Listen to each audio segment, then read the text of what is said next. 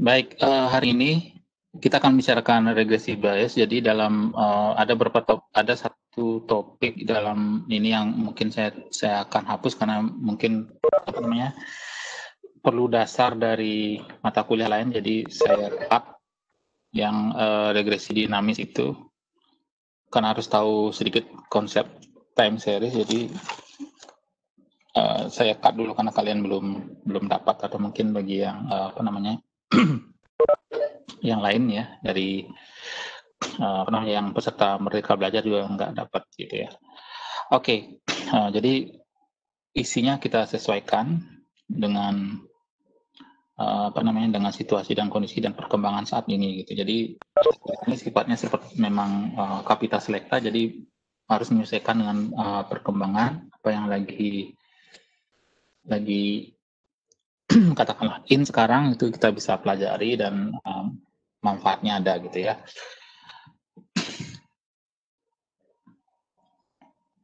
Oke, jadi hari ini kita akan melakukan dua hal. Jadi saya mungkin akan membahas konsep regresi bias, tapi saya tidak bisa lakukan hari ini. Hanya idenya dulu, cara membahas seperti apa, tentang prior dan posterior dan seterusnya. Kemudian berikutnya nanti saya akan menjawab soal UTS, meskipun saya tidak UTS tugas pertama. Saya belum periksa tugas kalian, terus terang ya, karena masih ada mata kuliah lain yang juga menunggu saya periksa, jadi mohon maaf untuk itu. Tapi saya akan jawab dulu karena rencananya begini, minggu depan kita ada UTS, tapi mungkin harinya tidak bisa, jadi nanti kita bicarakan itu ya. Yang jelas ya tekum dan waktunya mungkin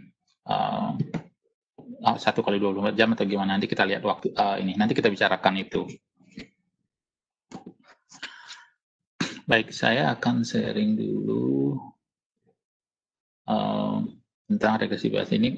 Sebelum saya memulai, saya akan bahas dulu tentang konsep bias. Ya. Oke.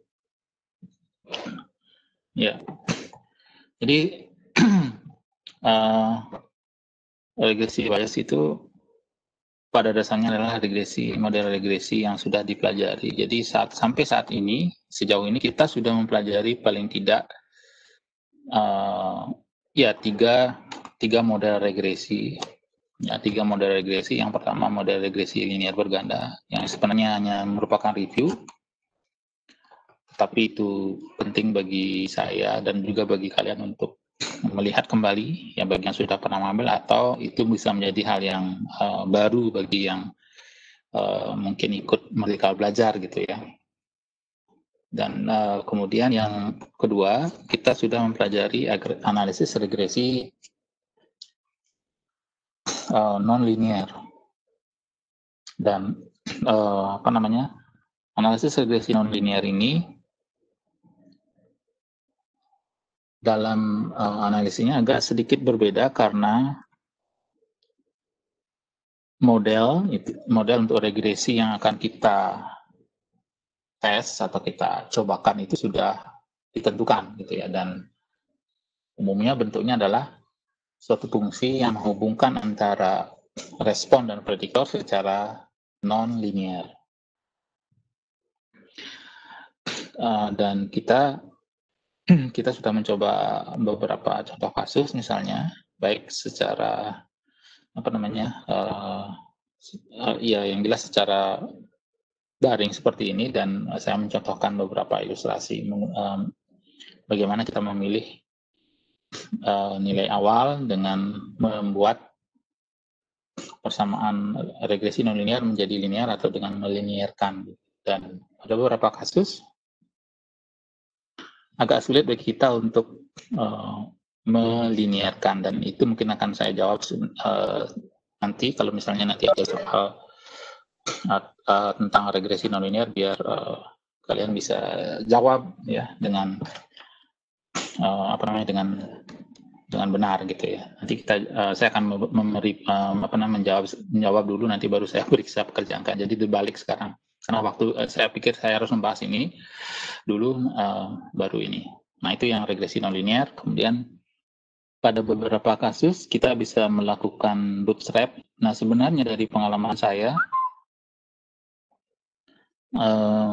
kalau dianggap sekitar 7 tahun yang lalu, versi R yang saya gunakan, kemudian melakukan analisis regresi, dan kemudian melakukan bootstrap, itu tidak masalah. Dan sekarang sepertinya ada beberapa library yang tidak bisa dilakukan pada versi R yang sekarang gitu. Jadi ada sedikit masalah gitu ya. Saya kurang tahu apa penyebabnya, karena semenjak kira-kira 2 tahun mata kuliah ini diambil beberapa mahasiswa seperti itu. Tapi mudah-mudahan secara konsep kalian sudah paham sampai sejauh ini ya. Mungkin untuk bootstrap saya sementara pending karena penyebabnya belum jelas, nggak bisa di. Nah, kemudian yang ketiga kita sudah mempelajari regresi logistik ya, regresi logistik sebagai bagian dari generalized linear model atau model linear rampat ya. Dari regresi logistik itu yang merupakan salah satu bagian dari generalized linear model atau GLM, pada dasarnya adalah merupakan model regresi non-linear gitu. Seperti yang sudah kita bahas pada contoh sebelumnya. Nah, hanya bedanya pada regresi logistik misalnya yang kita bahas, kenapa hanya satu? Jadi itu yang relevan dengan kondisi saat ini juga yang saya ambil contohnya, terutama dalam konteks data science atau science data dan juga machine learning gitu. Nah, itu banyak digunakan regresi logistik, meskipun tidak semudah itu, mungkin ada modifikasi lain lagi dan sebagainya, tapi idenya seperti itu. Ya, responnya 0-1 atau biner. Nah, kemudian kalau pada saat analisis regresi lanjut, responnya tidak biner, gitu aja bedanya. Jadi tetapi hubungan antara prediktor dan respon itu non-linear gitu ya. Nah, sekarang kita sedikit bergerak dari perspektif yang berbeda. Jadi perspektif ini disebut dengan atau dalam suatu kelas yang disebut dengan metode bias atau Bayesian. Jadi dalam statistika secara garis besar ada dua pandangan dalam inferensi. Jadi pandangan pertama adalah pandangan tentang inferensi yang disebut dengan inferensi klasik atau classical inference. Nah, pada pandangan itu suatu parameter itu dianggap pasti dan nilainya fix atau bisa juga dalam bentuk interval gitu. Jadi kalau dia satu titik tertentu, maka kita memperoleh estimasi untuk parameter itu, katakanlah namanya theta. Ya, katakanlah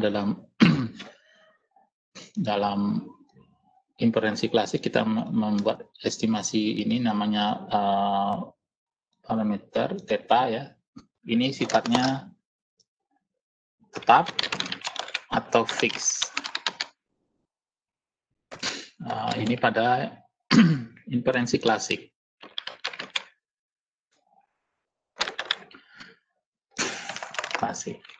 Nah, yang kedua adalah metode atau yang kita bahas sekarang itu adalah metode bias, di mana parameter theta ini, parameter theta sama-sama parameter, tapi tetanya ini memiliki densitas peluang atau fungsi distribusi. Jadi ini theta, jadi dua pandangan berbeda, ada tetap, ada yang ini memiliki densitas. Ya. Jadi di sini tidak memiliki asosiasi peluang, di sini yang ini memiliki asosiasi ada peluang, fungsi densitas peluang tertentu gitu. Jadi ini hal yang berbeda.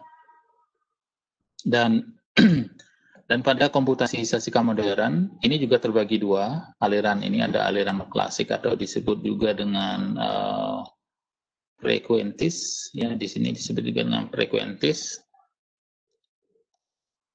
Oke, satu di sini aja di klasik atau frekuentis begini ya. Oke, saya tulis di sini. Ya, di atasnya saya kelas frekuentis atau ini klasik ya, dan bias. Jadi ada dua aliran yang berbeda dalam inferensi, memandang terhadap data dan inferensinya gitu ya. Kalau pada frekuentis atau klasik ini fokusnya pada bagaimana melakukan pendugaan, kemudian fokusnya pada misalnya ini fokusnya pada likelihood, namanya likelihood. Nah ini yang berupa ini misalnya statistik, ini ada juga likelihood tapi dan kemudian perlu yang namanya statistik uji gitu ya, dan lain-lain. Nah dalam bias itu apa yang akan kita bahas ini, segala sesuatu dilakukan pada distribusi yang disebut dengan posterior. Itu. Jadi apa namanya? Ini perbedaannya di sini. Apa yang dimaksud dengan posterior itu apa? Kemudian nanti posterior tergantung apa yang disebut dengan prior. Kemudian ada juga likelihood dan seterusnya. Nah, oleh karena itu saya perlu mengenalkan ini dulu karena kalau tidak memahami ini akan loncat, jadi agak pasti bingung. Kita akan membahas sekilas tentang teorema Bayes. Jadi teorema Bayes ini,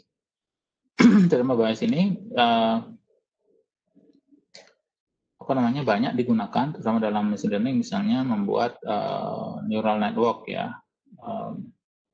Jadi ya di sini apa namanya, neural network, kemudian segala sesuatu yang pada machine learning modern itu lebih banyak menggunakan teorema Bayes atau metodologi Bayes lah gitu saya katakan ya. Jadi terpecah menjadi dua dan tetapi orang lebih banyak ini, dan ini untuk melakukan Bayes ini kita perlu memahami apa yang disebut dengan simulasi, misalnya Monte Carlo, dan kemudian ada simulasi Markovian Monte Carlo dan pengembangnya, karena inferensi pada metode Bayes itu lebih banyak berbasiskan komputasi. Oke, kita akan mulai dari teorema Bayes dulu.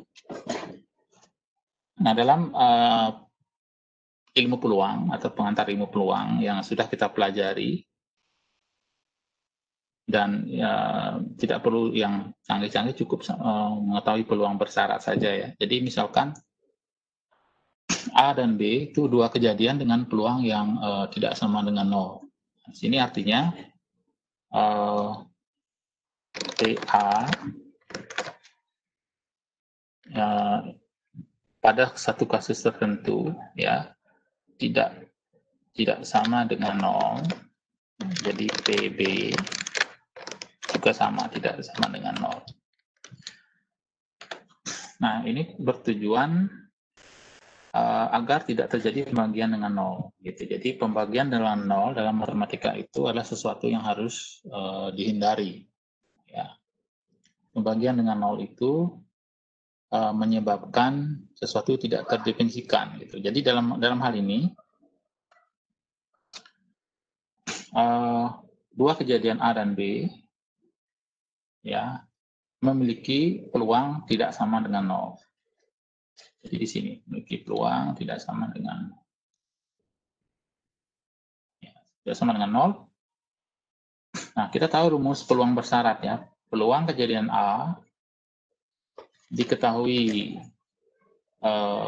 kejadian B telah terjadi, atau peluang A bersyarat B, itu adalah peluang A irisan B dibagi PB, dibagi peluang B. Oke, jadi peluang A irisan B dibagi PB. Atau sebaliknya kalau kita tulis peluang B diketahui A itu sama dengan PBA, jadi B di irisan A. Jadi ini adalah A irisan B atau B irisan A dalam hal ini dibagi PA. Jadi selalu pembaginya adalah yang diketahui karena dia sudah terjadi gitu. Peluang B irisan A dibagi PA. Sama dengan karena kejadian peluang AB sama dengan peluang BA, maka kita bisa tulis berdasarkan 5.1 dan 5.2 seperti ini dan ini. Kita bisa tulis peluang B diketahui A, ya, B diketahui A sama dengan peluang B diketahui A, jadi seperti ini. Jadi dari sini kita bisa tulis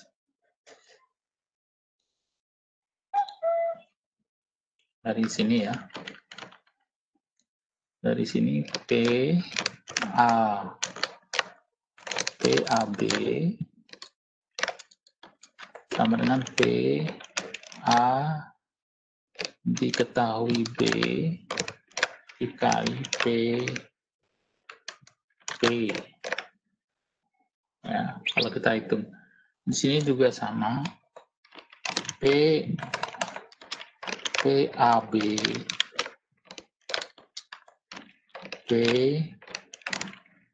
B diketahui A dikali PA.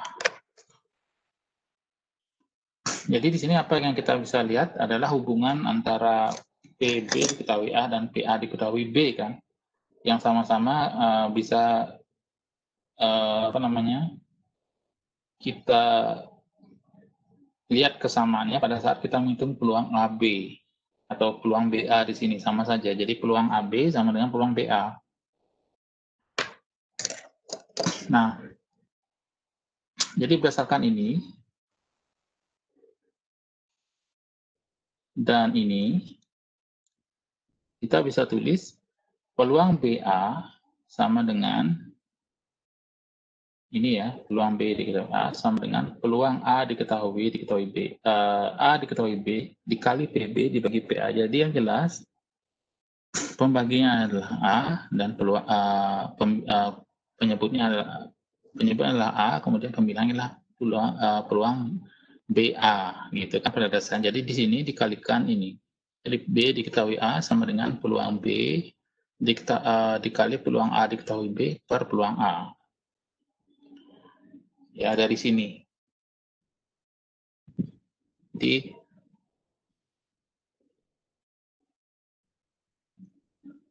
Kita menggunakan ini, atau saya sudah tulis di sebelah ini aja ya. Ini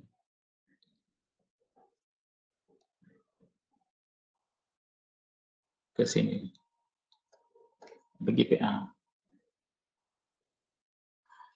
Atau kita juga bisa mengatakan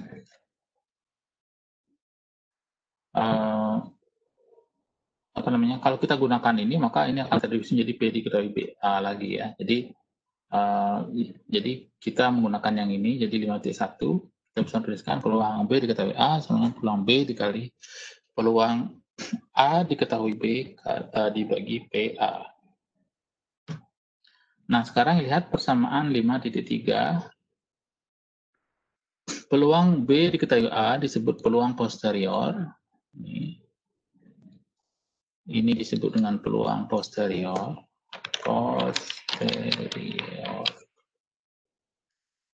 Peluang B ini disebut dengan peluang prior. Dan peluang A diketahui B disebut likelihood.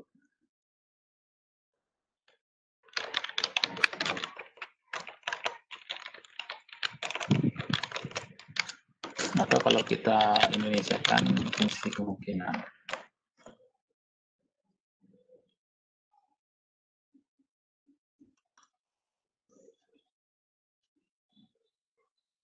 Nah, tujuan atau ketertarikan utama metode ini adalah pada peluang posterior.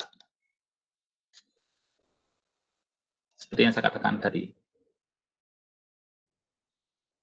Oke, jadi ini adalah fokus utama kita.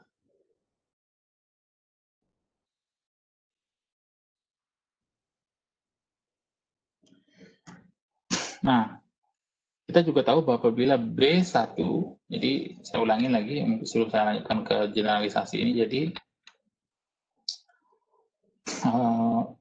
peluang A dan peluang B itu tidak boleh sama dengan 0 dalam hal ini. Dan kita lihat bahwa peluang persyarat A diketahui B itu sama dengan PAB atau peluang A irisan B dan PB dibagi PB. Kemudian peluang B diketahui A sama dengan PBA dibagi PA. Peluang B irisan A diketahui PA, dan kemudian kalau kita tukar PBA kan sama dengan PAB ya, karena irisan dari BA sama dengan irisan AB, maka akan sama dengan PAB dibagi PA.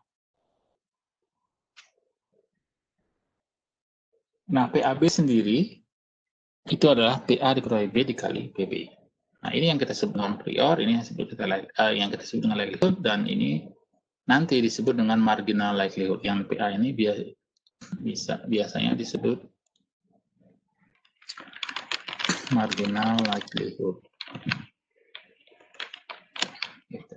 Atau ya, marginal likelihood itu beberapa istilah untuk ini. Ada juga yang mengatakan normalizing constant nanti. Nah, sekarang apabila ini adalah kasus dua kejadian.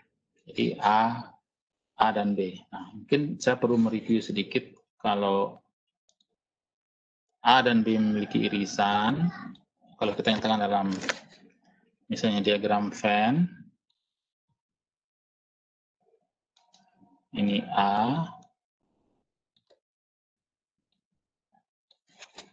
ini B misalnya, maka irisannya adalah ini. Oke, jadi ini irisannya kan gitu ya, yang saya ini. Nah, kalau irisan ini tidak ada, maka dia irisannya adalah himpunan kosong.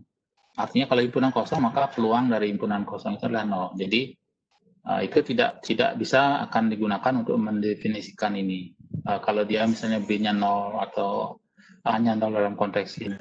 Jadi satu lagi saya akan ingatkan bahwa P, kalau saya tulis himpunan kosong seperti ini, ya, ya agak sulit notasinya, tapi oke, V0.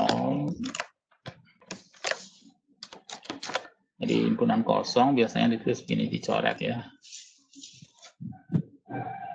Kayak gini ya. Sorry. Himpunan kosong adalah ini. Tinggal dicoret gitu ya. Jadi kemudian yang jelas ini tidak boleh terjadi pada saat PB dan PA di bawah. Itu maksudnya tadi pulang tidak sama dengan 0 ya. Salah satunya ya. Jadi bisa jadi tidak harus kosong tapi kejadiannya tidak terjadi gitu ya. Oke.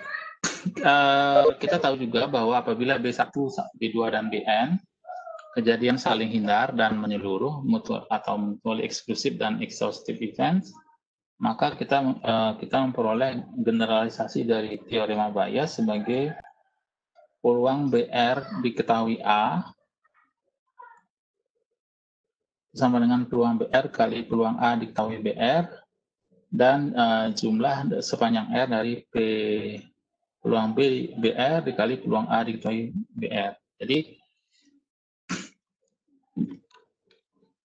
itu adalah generalisasi dari ini. Kalau BR-nya sampai berapa misalnya, ya katakanlah sampai ya sampai misalnya sampai n gitu ya, bn dikira ini. Jadi ini n-nya jalan. Nah, kita bisa pahami teorema Bayes sebagai suatu rumus atau formula yang mendeskripsikan bagaimana peluang berubah ya sebagaimana kita mempelajari informasi yang baru. Artinya begitu ada data baru ya, jadi pengetahuan kita tentang sesuatu yang ingin kita teliti itu akan diperbarui.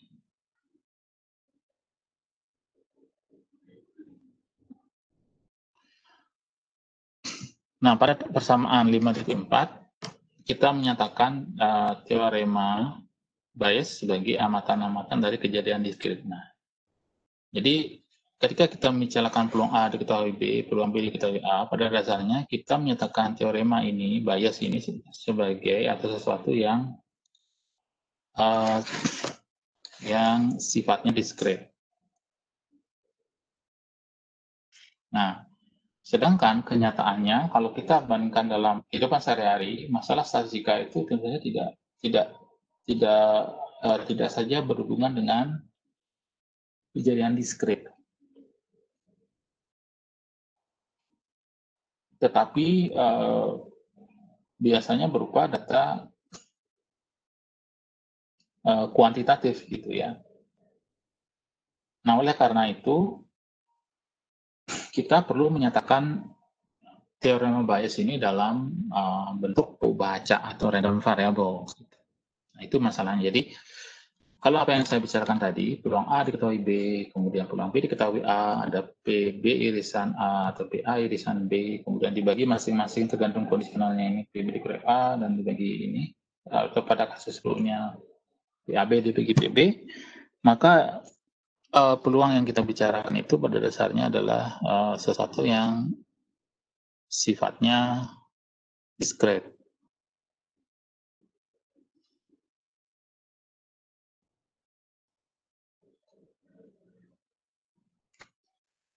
Nah, kemudian kalau kita menghadapkan dengan data tadi seperti yang saya katakan, maka kita berhubungan dengan baca gitu. Jadi di sini masalah statistika ya tentu tidak saja berhubungan dengan kejadian diskrit seperti yang saya katakan tadi, tetapi data kuantitatif. Oleh karena itu, kita perlu menyatakan teorema Bayes ini dalam bentuk peubah acak. Nah, apabila kita nyatakan dalam peubah acak, maka tinggal kita membuat semacam analogi serupa dengan ini, peluang. Nah, dalam peubah acak itu kita mengenal densitas, ya, densitasnya. Jadi kita, kalau ini B-nya kita ganti dengan theta dan A-nya kita ganti dengan X, ya, ini. Jadi sekali lagi ini PBA. Jadi PBA sama dengan PB kali A dikali B. Jadi P, saya tulis saja.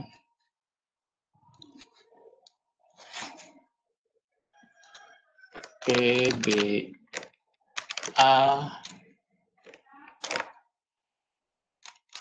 yang ini ya, PBA, PB,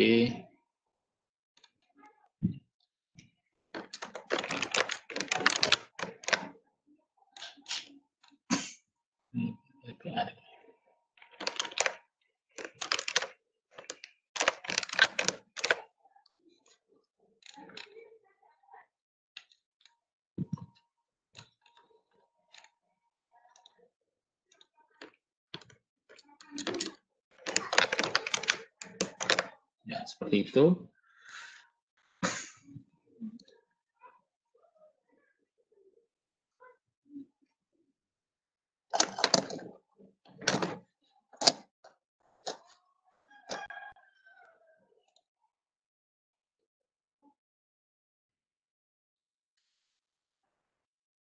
Ya, seperti itu ya. Jadi kalau B-nya kita ganti dengan theta, di B-nya kita ganti dengan theta,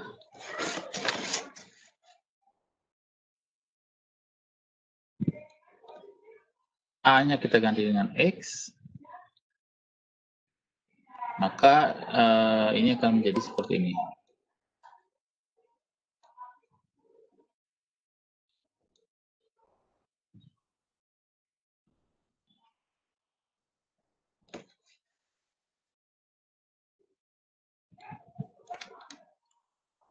Nah, ini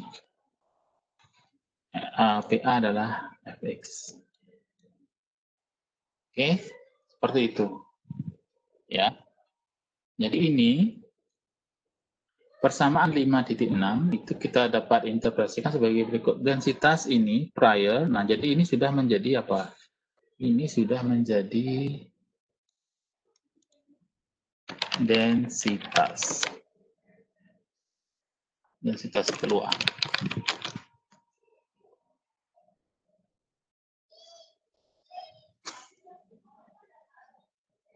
Nah, densitas prior theta itu menyatakan informasi prior tentang theta, ya theta. Jadi ini namanya prior seperti tadi PB yang saya coba tadi. Kemudian X diketahui A itu disebut dengan likelihood atau kemungkinan.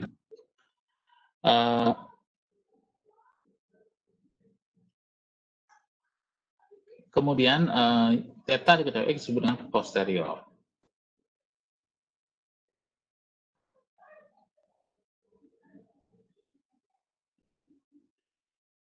Nah, di sini yang kita bisa lihat dari aturan ini adalah kita tidak hanya fokus pada likelihood seperti pada inferensi yang saya katakan dari inferensi klasik, tapi ada prior juga F theta. Ya. F theta ini memegang peranan penting dalam menentukan distribusi dari posterior.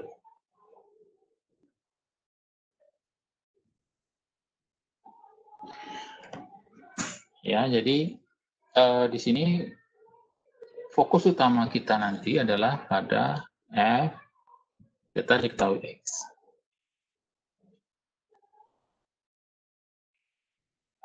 Nah, di sini dikatakan F theta diketahui X itu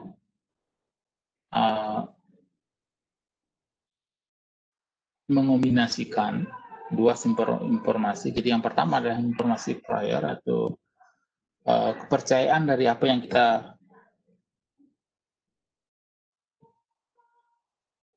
sebagai peneliti, ya misalnya sebagai peneliti kita percaya bahwa suatu parameter yang akan saya gunakan itu memiliki suatu densitas peluang tertentu, gitu. Nah, di lain pihak berbekal pada data, peneliti sudah mempunyai likelihood, gitu. Sehingga perhatian kita adalah pada ini, prior kali likelihood yang menjadi posterior. Nah, ini nanti disebut juga, kalau tadi saya mengatakan marginal likelihood, ini merupakan apa yang disebut dengan normalizing constant. Nah, normalizing constant ini adalah suatu konstanta yang kalau kita integralkan, ya di sebelah kiri, integral dari fx,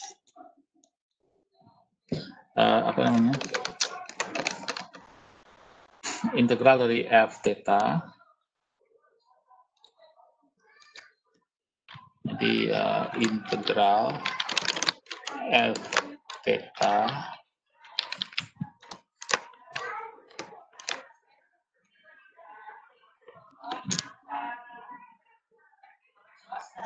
akan proporsional dengan proporsional itu mirip dengan tanda alfa seperti ini, proporsional dengan f theta. Nah, jadi integral ya, kalau kita mengintegralkan, kalau dia kontinu f theta fx theta. Jadi di sini yang di bawahnya tidak usah terlalu dipikirkan karena dia hanya konstanta pernomoran atau normalizing constant. yang kalau diintegralkan semua ini akan menjadi satu. Jadi integral dari f theta diketahui x itu sama dengan integral dari rasio ini, ya, akan sama dengan satu. Cuma di sini kita perlu nilai, kalau mau dihitung boleh, tapi dalam integrasi itu sebenarnya tidak perlu dihitung, ya, karena fokusnya pada di sini prior dan likelihood. Jadi di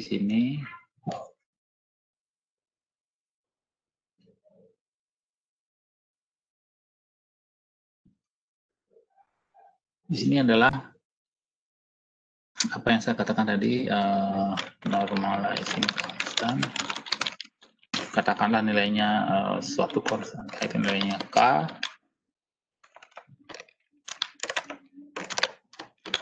yang jika diintegralkan, kalau kita ini integral k dari f theta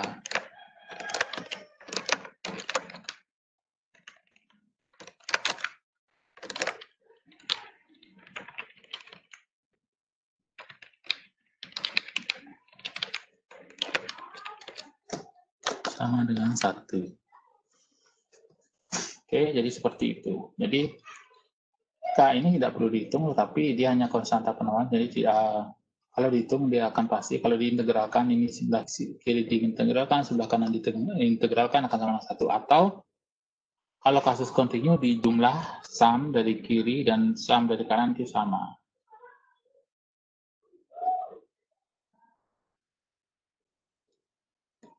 Oke, sekarang misalkan X adalah banyak kejadian sukses dari serangkaian N percobaan dengan peluang sukses theta. Artinya X memiliki densitas peluang binomial dengan bentuk Fx diketahui theta sama dengan itu.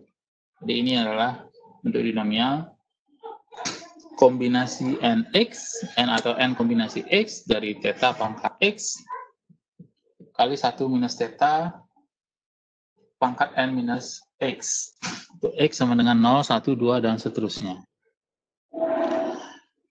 Persamaan 57 ini merupakan likelihood, ya, karena di sini ada data, berisi datanya, ya, data untuk theta.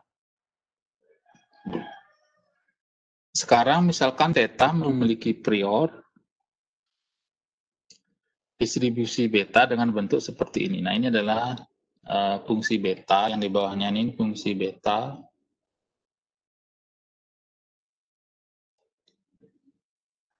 Jadi yang di bawahnya adalah fungsi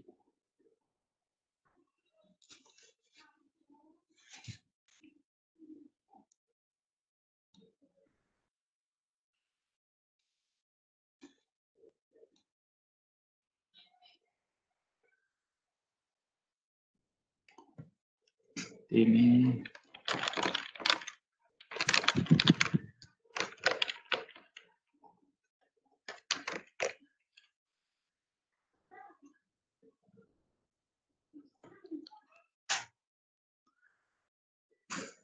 Kemudian, jadi di sini kalau kita membicarakan prior, maka sekali lagi prior itu, jadi prior itu mengindikasikan apa yang kita percaya sebelum menemukan data gitu pada dasarnya. Nah, di sini distribusi prior ini adalah distribusi beta dengan parameter P, Q.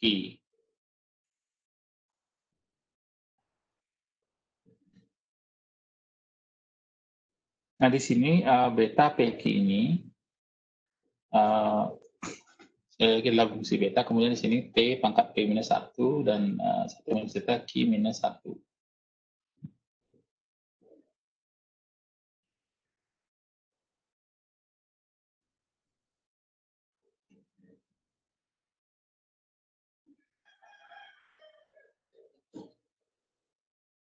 Kemudian, setelah memiliki prior, kita bisa terapkan teorema Bayes. Ya, di sini saya tulis lengkap dengan mengintegralkan. Jadi kita hitung Fx sama dengan integral f theta Fx diketahui theta d theta. Nah, di sini integral dilakukan terhadap prior, ya, batas pengintegralan prior, karena di sini yang diintegralkan adalah parameter theta gitu. Jadi ini akan menjadi apa? Jadi dari sini adalah likelihood, ya, dan di sini likelihoodnya juga cuma sudah dihitung ya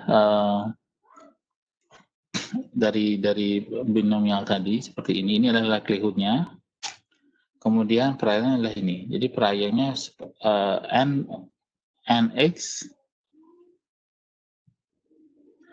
nx kali seper beta per b pq, yaitu fungsi beta ya. Kemudian integral 01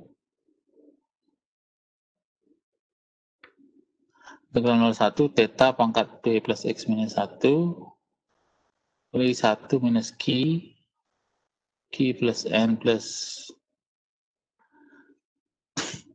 q plus n minus x minus 1 d theta. Nah, bagaimana kita menyelesaikan integral ini? Jadi di sini tidak perlu susah karena kita tahu ini pada dasarnya adalah bentuk dari fungsi beta gitu. Jadi beta dengan parameter p plus q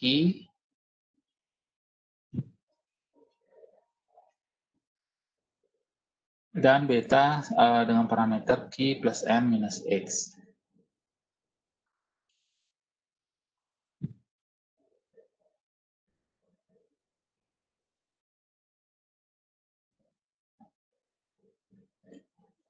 Nah, karena ini adalah inti atau kernel dari distribusi beta, jadi B ini adalah B, jadi theta pangkat P x minus 1 ini kali ini adalah apa namanya, kernel dari distribusi beta gitu ya, kernel dari distribusi beta dengan parameter P plus X dan Q plus N minus X minus 1. Ya. Kemudian sini dibagi PQ. Bagi PQ. Jadi itu adalah Fx. Dengan demikian integral densitas posteriornya adalah theta diketahui X. Theta diketahui X sama dengan seper ini, jadi dengan menyederhanakan ini ya, seper B plus X sama Q plus M minus X theta pangkat P plus X minus 1 dan 1 minus theta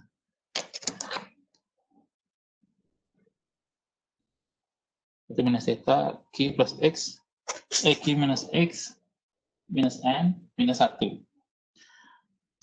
Jadi saya ulangi, ini adalah beta dengan parameter theta, beta dengan ini ya, parameter P plus X dan Q plus N minus X. Nah, kalau kita gambar seperti ini,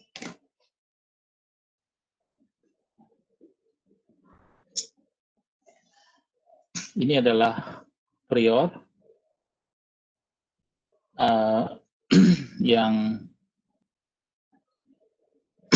biru ini adalah likelihood, ya likelihoodnya tadi binomial, discrete, kemudian yang merah itu adalah posterior. Jadi semua inferensi itu nanti dilakukan pada distribusi atau densitas posterior.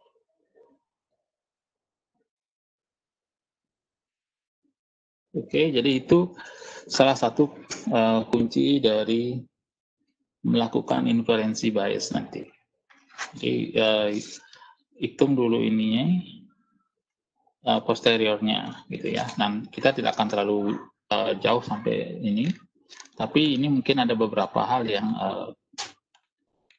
bisa kita pahami. Jadi distribusi beta seperti apa, gamma seperti apa gitu ya. Mungkin ada yang tidak tahu, nanti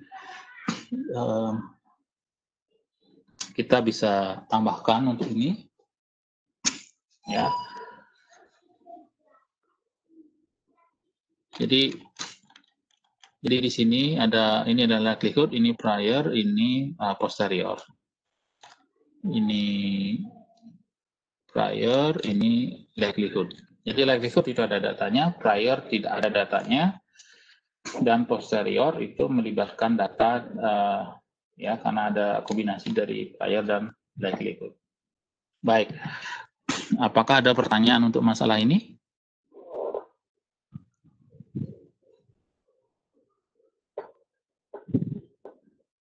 Apakah ada yang kurang jelas dari apa yang saya sampaikan? Terutama untuk contoh ini dulu, biar kalian paham. 5.11 ini.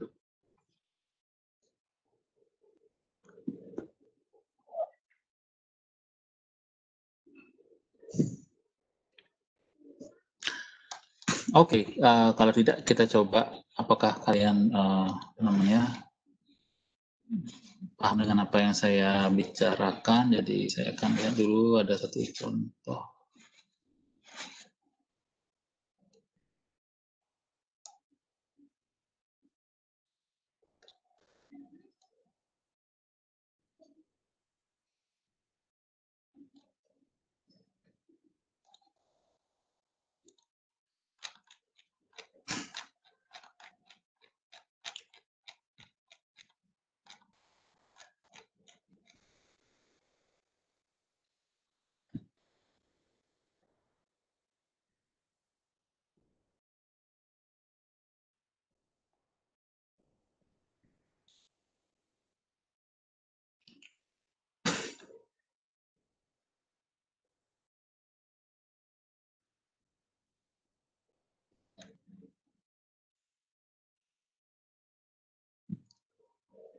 Baik, kita akan melihat ini sekilas. Jadi ini contoh tahun lalu yang saya gunakan pada mata kuliah yang sama. Misalkan X, ya, satu pembaca yang memiliki sebaran Poisson atau Poisson, ya terserah kita baca gimana, Poisson aja ya, bahasa orang Perancis ini, dengan nilai tengah yang tidak diketahui theta. Jadi ini adalah densitas dari Poisson ya. Ya, fx diketahui theta, theta pangkat x per x faktorial pangkat minus theta. Dan x nilainya 0, 1, 2, dan seterusnya. Densitas prior untuk theta adalah gamma. Gamma dengan bentuk seperti ini, f theta sama dengan a pangkat b kali theta pangkat b minus 1 dan per gamma b kali pangkat minus a theta. Pertanyaannya adalah apakah distribusi posteriornya? Ya. Jadi pertanyaannya adalah apa bentuk distribusi posterior? Oke. Saya ingin kalian mencoba menjawab soal ini. Menjawab soal ini dan mungkin sekitar ya 10 menit gitu ya, luangkan waktu untuk memahami ini. Kalau paham ini nanti baru bisa mengerti apa yang saya bicarakan dalam analisis regresi bias. Ya, bagi yang sudah, bagi yang nanti sudah selesai mencoba, coba screenshot jawabannya, kirim ke WA grup biar saya lihat semua seperti apa, gitu ya. Oke. Silakan kalian coba dulu ya, coba dulu yang ini.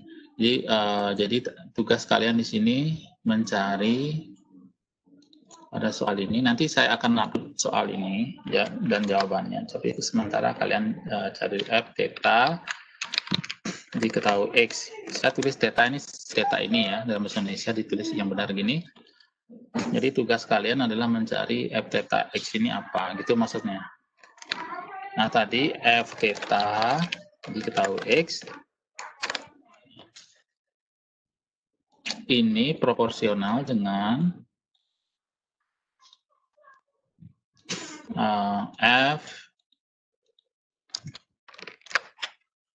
f theta kali f x diketahui dk. Oke. Jadi ya coba cari ini ya. Oke. Jadi antara 10 sampai ya maksimal 15 menit lah ya. Silakan dicoba. Nanti screenshot jawaban kalian ke WA grup ini, atau kalau kalian ini japri saya nggak apa-apa ya. Oke, silakan. Coba dulu.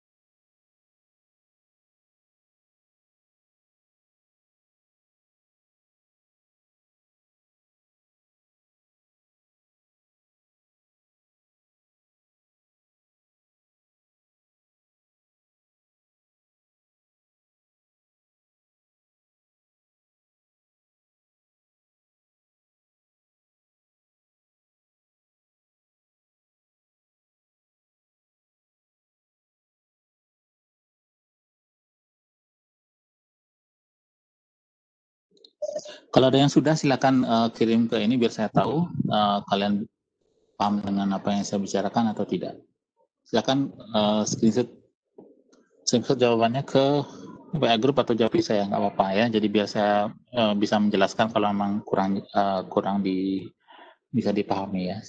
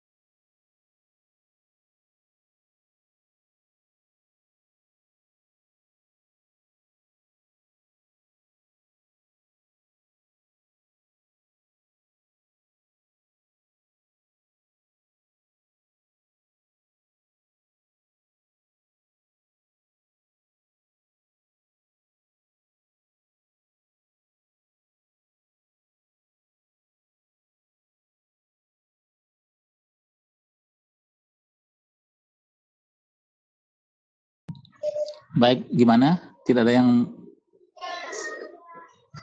yang bisa menjawab atau bagaimana?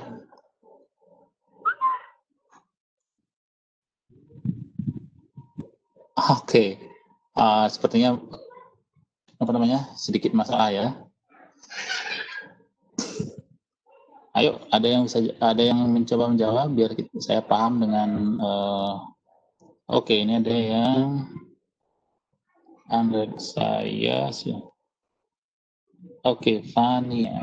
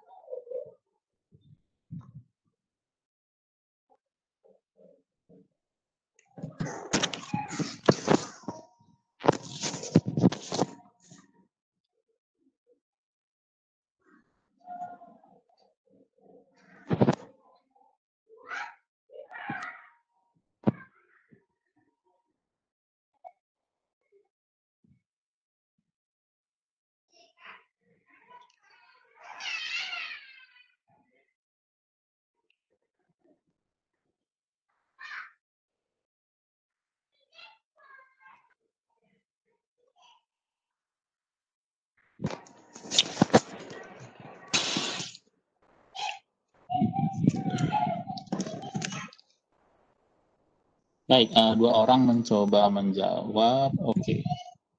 Siapa nih? Fania dan Chandra ya. Oke. Baik, saya akan jawab aja.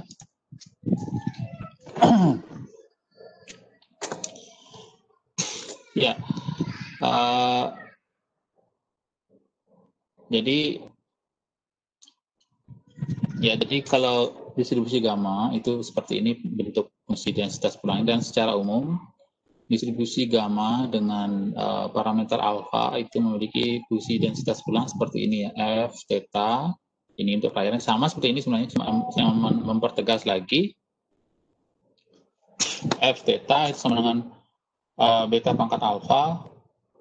Kalau di sini saya gunakan A pangkat B, kemudian gamma alfa, ini yang jadi ini ya, gamma dari alfa, si gamma, theta pangkat alfa minus 1, jadi ini kalau di sini theta pangkat minus 1, kemudian E pangkat minus beta.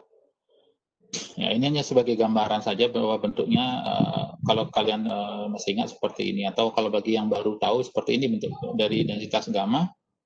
Nah, di sini kita menggunakan tanda proporsional seperti ini, ya artinya kalian tidak perlu mengintegralkan, cukup tulis seperti ini f theta diketahui x, ya yang kita cari adalah ini posterior, ya itu proporsional dengan f theta kali f x diketahui theta, ya. Jadi ini adalah priornya. Ini adalah priornya. Ini prior.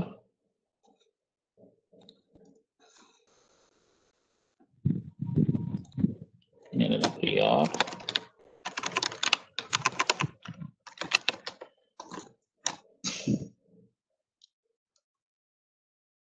Ini adalah likelihood. Nah, di sini likelihood-nya,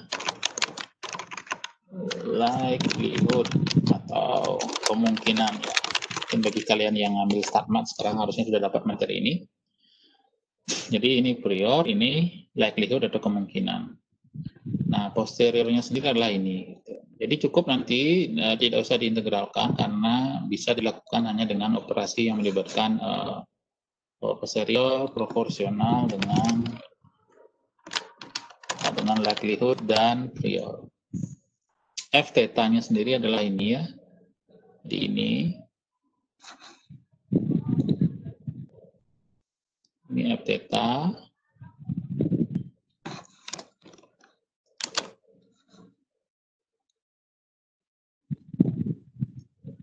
Ya.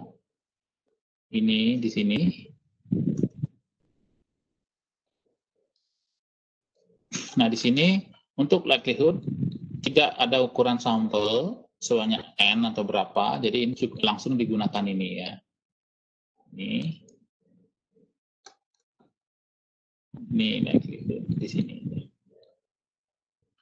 Ini adalah priornya tadi seperti ini. Ini adalah likelihood. Ini yang saya lingkari ini. Ya, lihat sesuai dengan ini. Oke. Seperti itu, ini adalah prior yang likelihood. Kemudian ya di sini saya integralkan biar lebih jelas saja. Sebenarnya nanti tidak perlu ya. Oke, asalkan kalian paham bahwa dia bentuk dari kernel dari suatu distribusi apa gitu. Nah, di sini bisa dikelompokkan gamma A pangkat B per gamma B per X faktorial. Ini ya. Theta, kumpulkan ada tetanya, theta di sini theta B minus 1 dan ada theta X, jadi bisa dikelompokkan ini. Kemudian E-nya juga sama. Ada E minus A theta, ada E pangkat minus theta. Ini bisa dikelompokkan juga.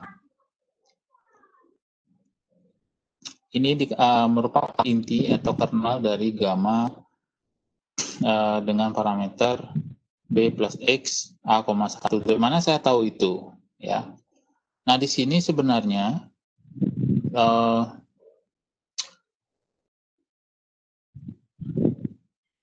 kita ya kalau kita mau mengintegralkan seperti ini, jadi yang menjadi prior itu adalah batas dari pengintegralan ini ya. Lihat priornya itu adalah batas pengintegralan kalau dia continue, kalau dia discrete, fungsi densitas pulangnya discrete, maka kita akan melakukan penjumlahan atau summation pada fungsi massa peluang atau fungsi densitas peluang. Jadi di sini integral dari 0 sampai T paling enggak. Jadi kalau kita integralkan ini seperti ini, pangkat B kali ini ya sama, jadi kelompokkan karena integralnya terhadap theta, jadi perhatikan yang ada tetanya, yang di luar dari theta dikeluarkan saja karena ini menjadi konstan dalam pengintegralan gitu ya. Ini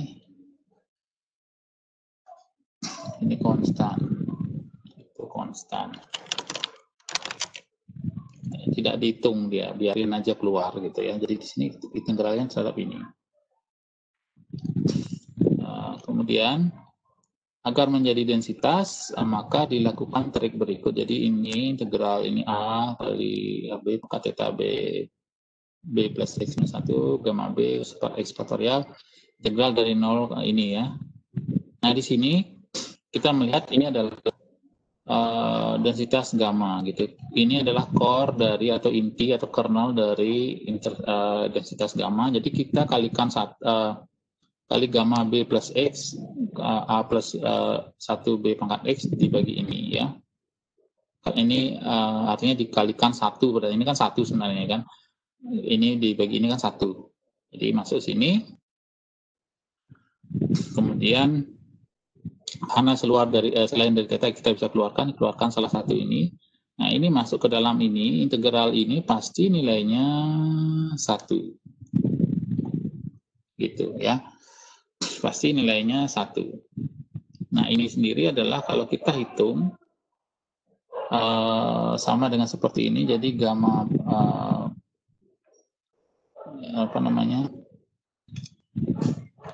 kalau kita lanjutkan ini, misalnya gamma B plus X itu sama dengan gamma B, ini akan sama dengan misalnya B kali gamma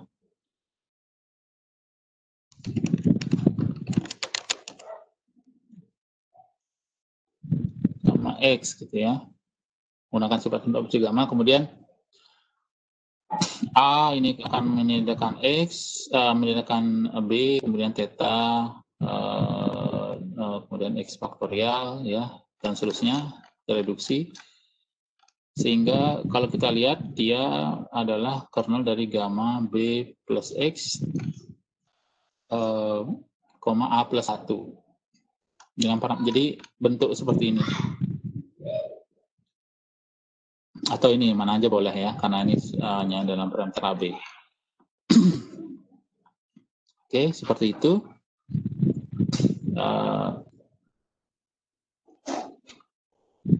Jadi di sini yang bisa dicoret, yang dicoret A plus B, kemudian B plus X. Ya, di sini gamma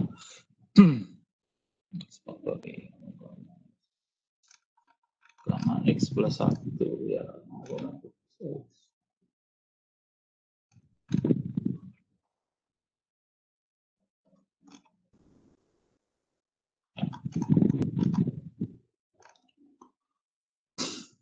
Nah, ini hasilnya ini, kemudian nanti ini fx-nya adalah ini ya.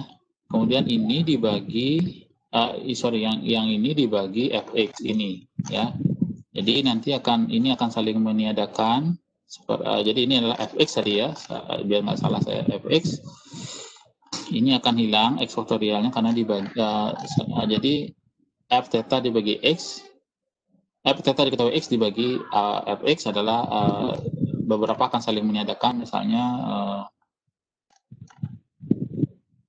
ini akan hilang, kemudian gamma B akan hilang, terus beberapa suku lain ya. Oke. Jadi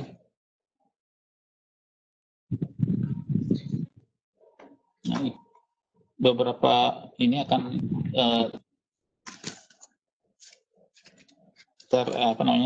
akan disaling meniadakan gitu ya.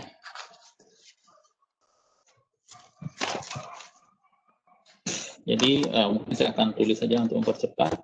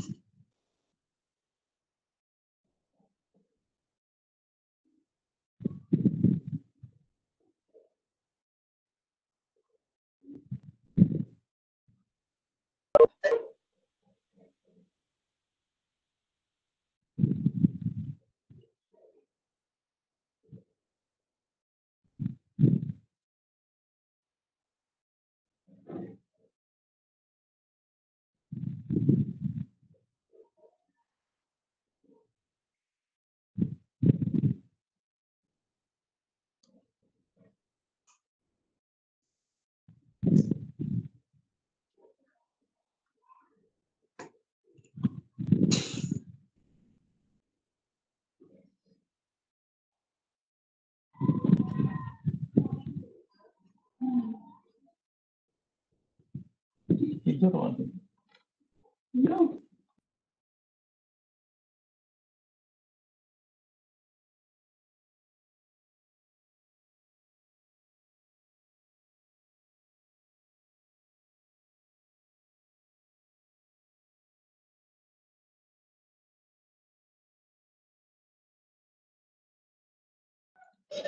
Baik, nanti saya ini aja, saya lanjutkan ini dan saya akan upload ini di jawabannya ya, biar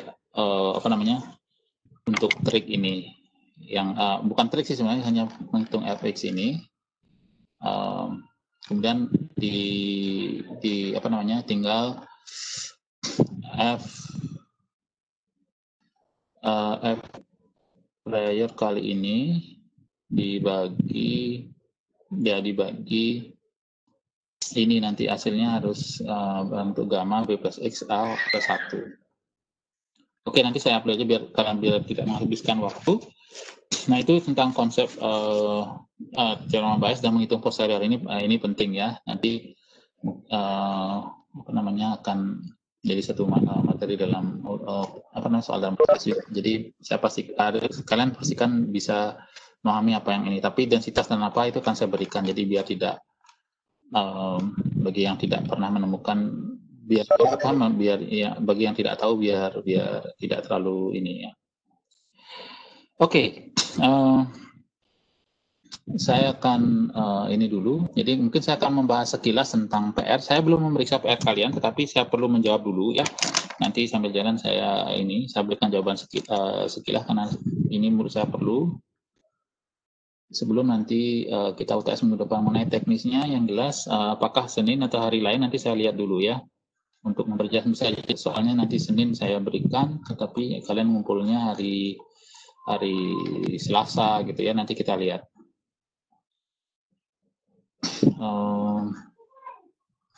Saya akan ini dulu lihat karena ada beberapa hal yang nanti takutnya ini tidak dipahami dengan baik sehingga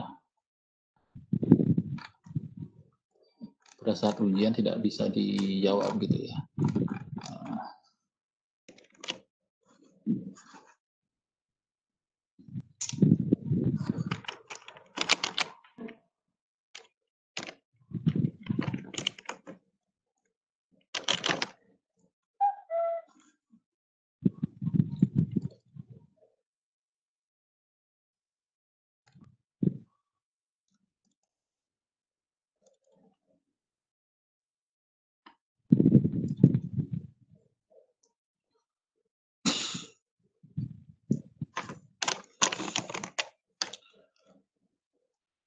Baik, saya akan jawab dari nomor 1 dulu. Mudah-mudahan kalian ini. Jadi sekali lagi saya belum periksa PR1 kalian, tetapi saya akan jawab dulu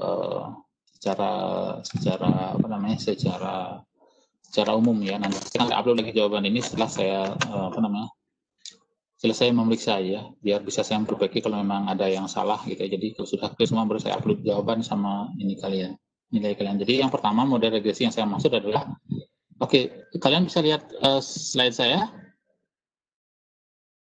Bisa dilihat? Bisa, Bapak. Ya, masih bisa fokus jam segini? Ya, tahan dulu ya, karena jam segini pasti sudah melayang kemana-mana nih. Masih ini seperti biasa ya mungkin.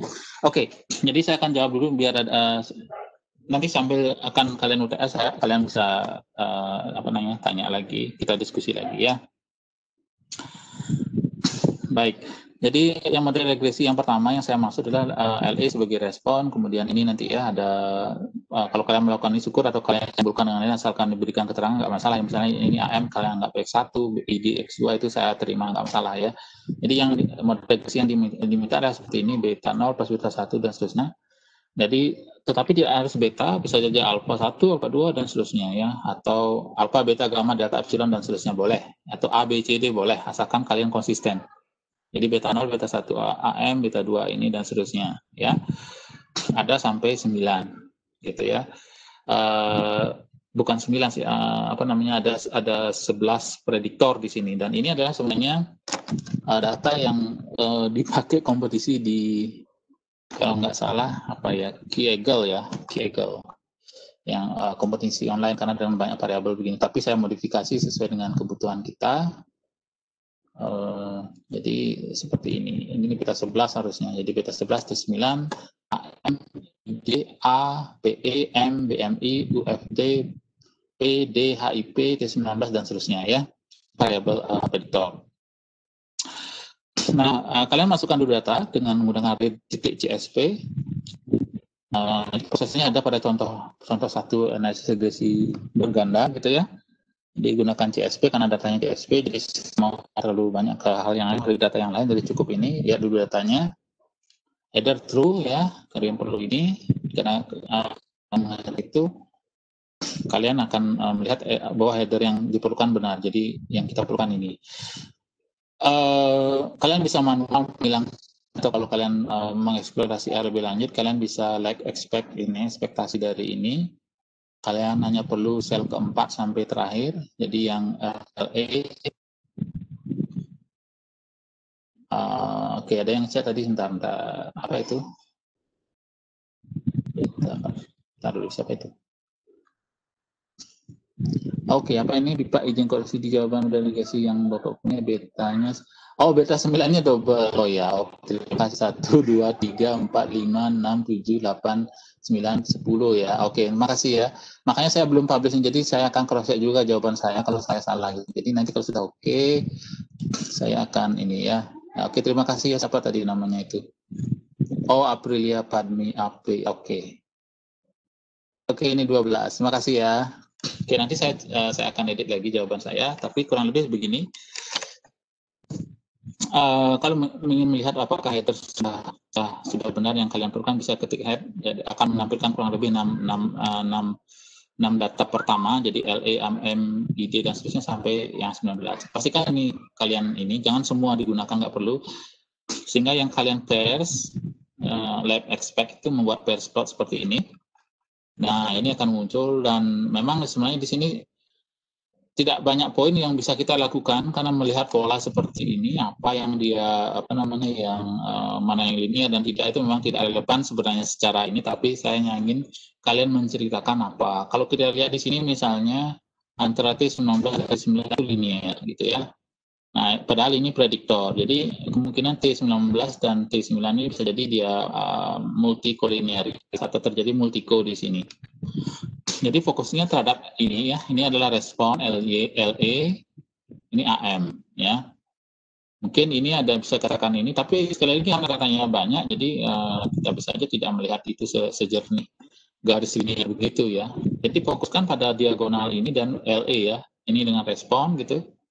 Dan beberapa pola lain tidak akan tergambar dengan jelas memang ya, karena ini datanya macam-macam dan ini tidak kita skalakan, jadi tidak dinyatakan dalam skala log atau apa gitu.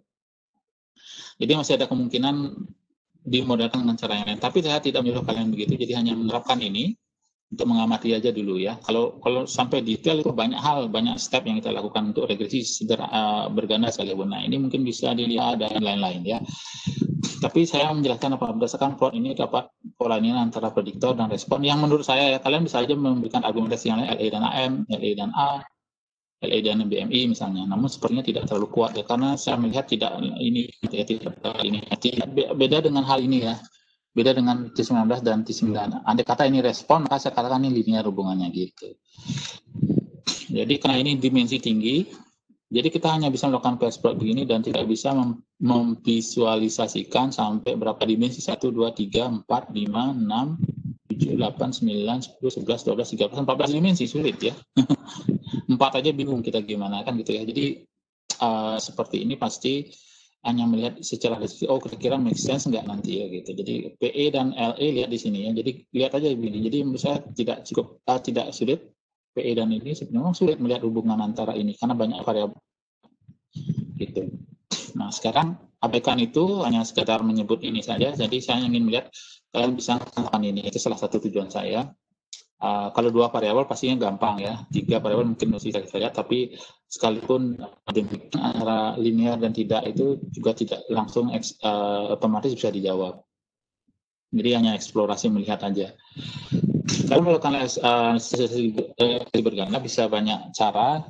Yang salah satu yang mudah itu bisa dengan mengattach Nah, karena kita tadi sudah menggunakan header dengan nama yang saya buat, ini kebetulan begini. Kalau pada data yang lain yang kalian download dari internet, bisa jadi nama header tidak selalu sama ya, tidak selalu sesuai dengan yang kita inginkan. Jadi itu kita modifikasi, dan bahan data aslinya ini bukan begini nama header. Jadi saya permudah, saya singkat dengan cara yang yang lebih lebih sederhana gitu. Ada nama yang nggak panjang gitu ya di data aslinya. Jadi saya edit lagi ya headernya aja, dan kemudian ada beberapa yang saya buang karena ada yang 0 dan seterusnya, tidak ada data dan lain-lain. Seperti itu. Attach live expect, dia akan mengattach. Ini banyak cara, ini hanya saya cara ini yang mungkin lebih gampang, dia tidak ngetik lagi.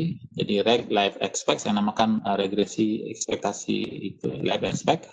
LM ya, LM LE ini jangan lupa tanda tilde itu ya, AM dan seterusnya sampai T9 data live expect gitu.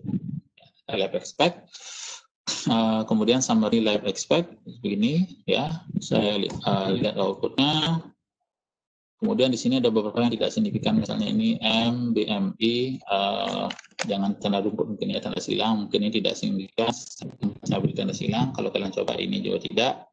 Yang saya gunakan anggap 0,05 ya, meskipun tidak harus. Nah ini tidak signifikan. Yang kita data bahwa variabel M, BMI, PD, T9 dan T19 dan T9 tidak signifikan pada alfa sama dengan 5% gitu. Ya. Jadi cukup memberikan seperti itu aja. Kemudian lakukan seleksi maju. Nah, kalian melakukan seleksi maju, melakukan apa yang hanya mengcopy aja sebagai dasarnya. Saya akan forward step AIC, jangan lupa ini direction forward. Nah, sini dia akan melakukan seleksi sendiri. Kemudian hasilnya ternyata sama dengan model aslinya gitu. Jadi kalau lihat initial modelnya kita ini, final modelnya juga ini, jadi ini sama gitu ya.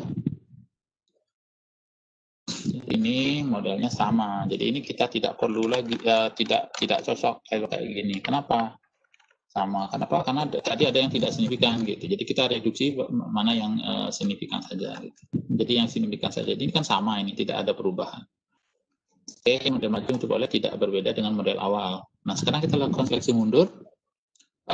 Backward saya namakan di sini, atau kalian namakan mundur atau apa terserah ya. Step AIC, yang penting ini directionnya backward, jangan forward gitu. Ya, jadi ini ya poinnya, ini backward gitu. Mundur, biarkan dia melakukan itu. Ini outputnya. Nah, ini adalah model final. Jadi dari stack model final ini. Apa namanya? Model finalnya yang diperoleh adalah ini. Jadi tanpa tanpa M, tanpa P, tanpa T9 gitu. Kita coba.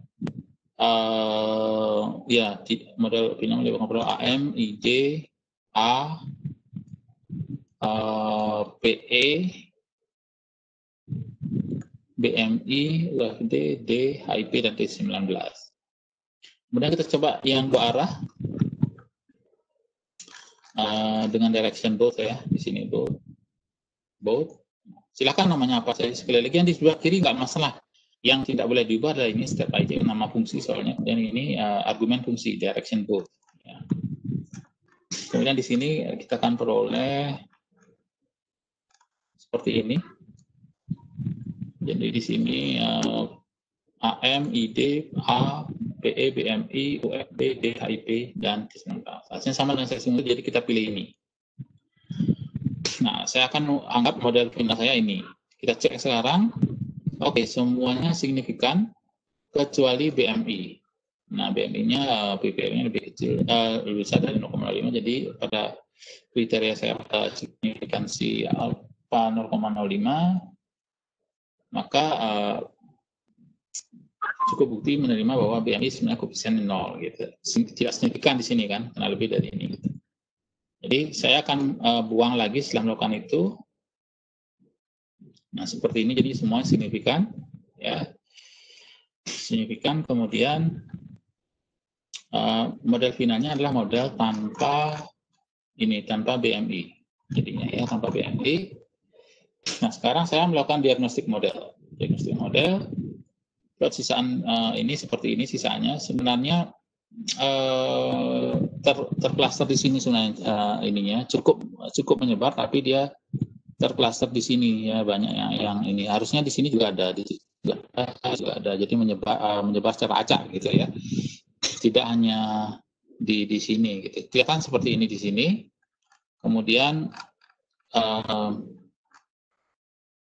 berdasarkan terlihat, nah ini saya salah ketik ini, tidak menyebar acaknya maksud saya di sini, tapi tidak acak sekali. Jadi di sini harusnya ada, di sini harusnya ada, di sini ya. Kalau acak semua, jadi di sini harusnya ada di sini. Kalau dia acak di sini harus ada, paling tidak ya harus ada. Kemudian itu harus ada, itu harusnya. Kalau idealnya begitu. Nah, tapi saya masih mengatakan acak karena lumayan acak gitu, tapi ternyata tidak semua setelah saya cek. Ya, normal Kiki plot seperti ini, jadi dia ada beberapa observasi yang di luar, ya, yang seperti ini misalnya. Kemudian beberapa lagi yang kemungkinan karena ada outliers, dan data yang kita gunakan juga tidak ditransformasi. Ya. Tapi sementara gitu, sebenarnya overall cukup bagus sebenarnya di sini gitu. Nah, setelah saya melakukan uji Shapiro-Wilk, ternyata p-value-nya ini. Nah, p-value-nya kecil dari ini pada pengujian ini tidak cukup bukti untuk menerima hipotesis nol tentang kenormalan. Jadi karena p-value, jadi H0-nya itu adalah H0-nya data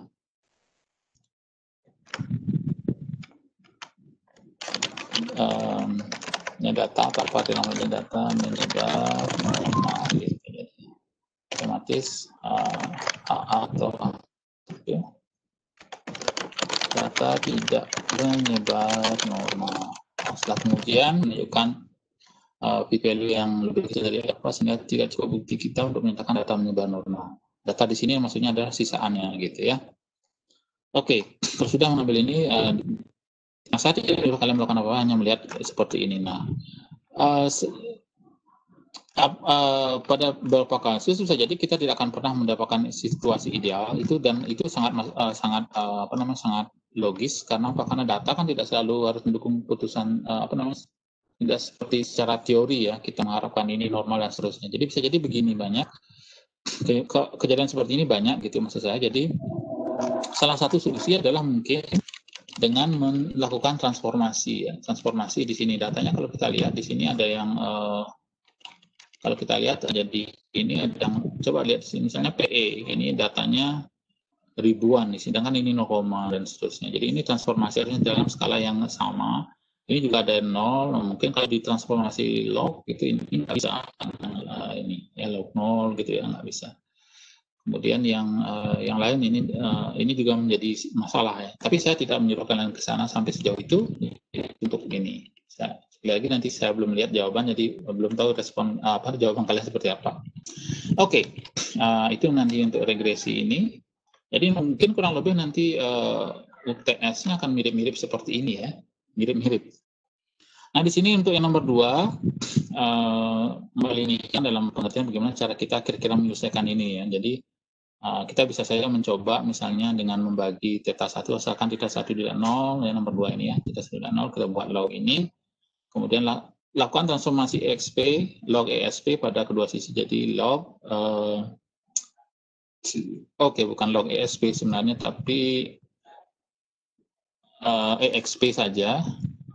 Transformasi EXP pada kedua sisi, jadi E pangkat ini, E log ini gitu ya. Jadi sisanya ini bisa kira-kira kita anggap sebagai, kita reparameterisasi Y bintang sama dengan alpha plus beta X, dengan alpha sama dengan θ2, beta sama dengan θ3, alpha sama dengan θ3, kita tukar posisinya ya, beta sama dengan θ2 dan θ X.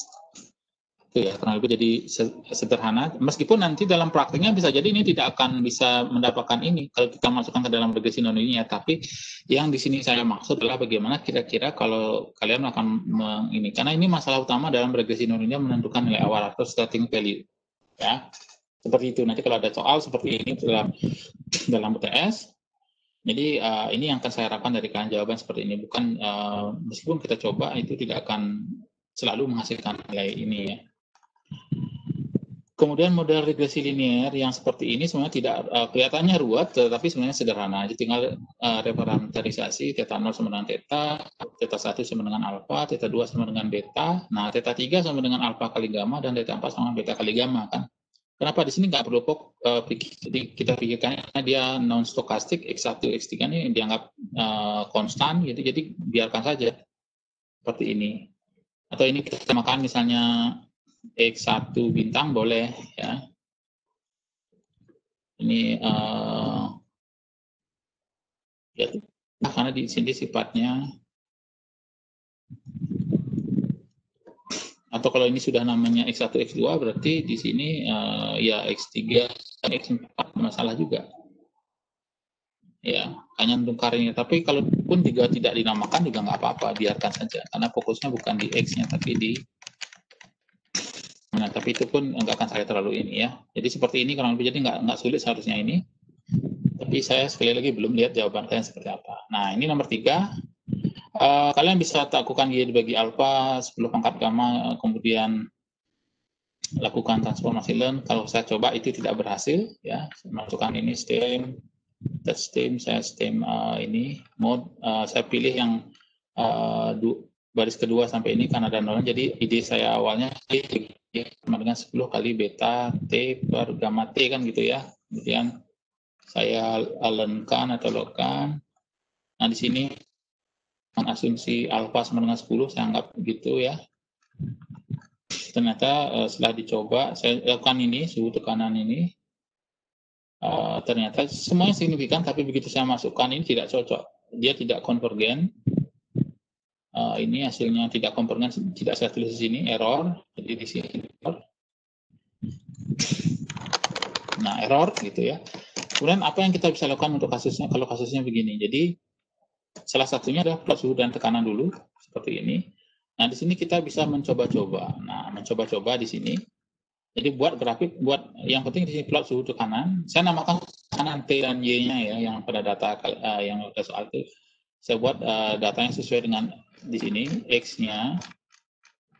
Jadi prediktornya kan dari ini sampai 100 suhu ya. Suhu dan tekanan ya, suhu dan tekanan, suhu sebagai prediktor dan tekanan sebagai respon gitu ya.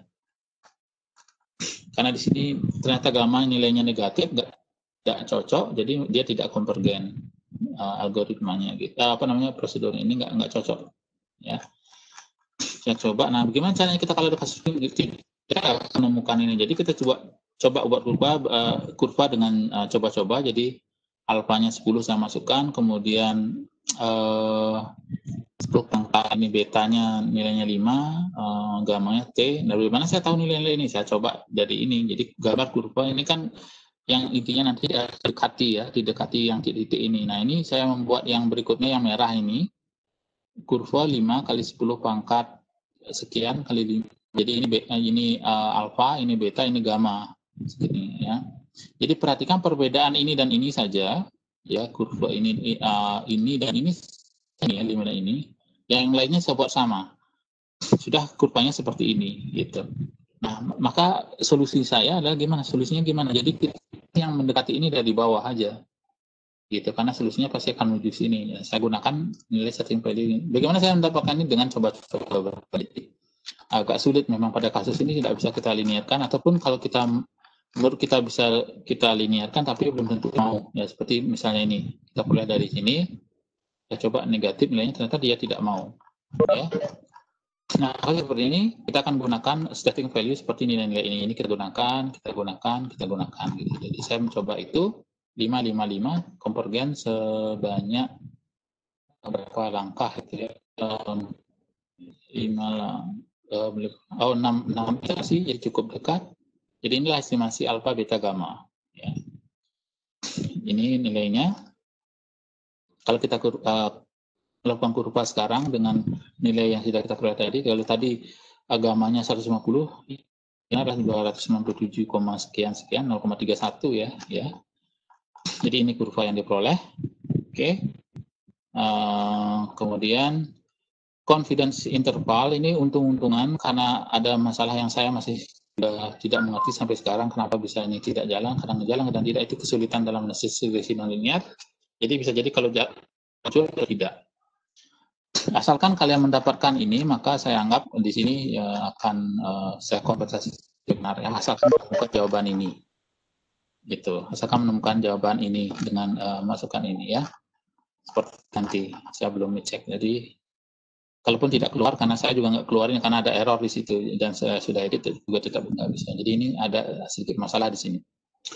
Kemudian untuk yang nomor 4 untuk adiabatik saya gunakan ini sama head ini mungkin lebih mudah kecepatan. Ini saya tidak menggunakan attach, tapi saya langsung ambil boleh menggunakan attach, tapi saya mencoba dengan cara yang lain biar kalian juga ada variasi cara. Kalau stuck dengan satu cara juga masih ini. Satu cara ada yang lebih fleksibel dari yang lain, sebaiknya ada yang cara yang lebih mudah dipahami gitu ya. Saya langsung ini NLS, kemudian ini juga sepertinya apa nih yang saya lakukan? Ya ada XP kecepatan, ada XPLM. Ya, saya kemungkinan ada sedikit error juga. Nah di sini saya menggunakan theta 1 100, theta 2 sekian, dan dia konvergen selama pada langkah kelima. Nah pada yang confidence interval kasus data adiabatik ini diperoleh nilai. Jadi seperti ini dia kalkulasi lagi. Nah, inilah selang kepercayaan atau confidence interval yang kita perlukan. Oke.